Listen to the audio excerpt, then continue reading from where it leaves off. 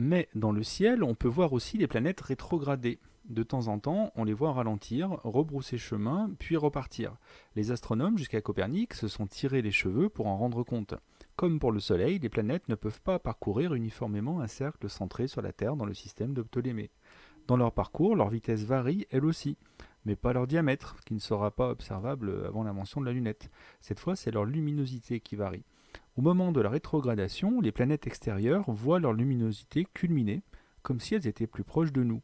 2 ou 3 siècles avant notre ère, les Grecs ont donc imaginé un système pour rendre compte des rétrogradations tout en sauvegardant l'idée de cercle.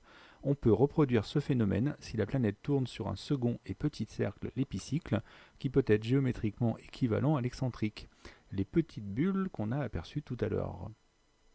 C'est finalement le centre de l'épicycle qui va être entraîné par le cercle d'origine, qu'on appellera maintenant le déférent. D'un cercle, on passe donc à une combinaison de cercles, mais au moins on sauve l'idée de cercle.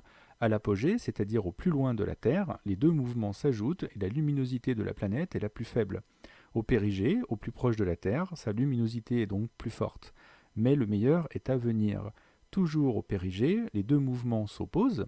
La planète recule si, vue depuis la Terre, la vitesse angulaire de son épicycle est supérieure à celle de son déférent. Le comble du luxe est que, à ces deux points, les vitesses s'annulent, observées depuis la Terre. La planète semble s'arrêter 2 fois, au début et à la fin de sa zone de rétrogradation. Encore une fois, c'est exactement ce que l'on observe sur la voûte céleste, les phases stationnaires des planètes.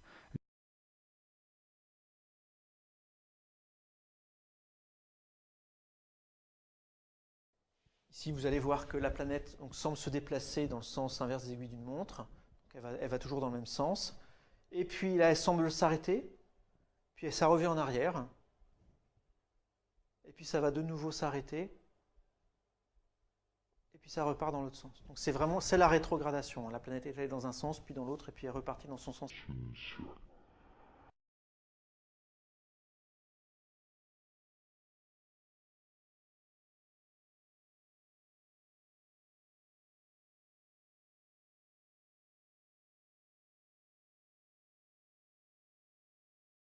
L'explication est physiquement fausse, mais bigrement intelligente et terriblement difficile à réfuter sans explication alternative.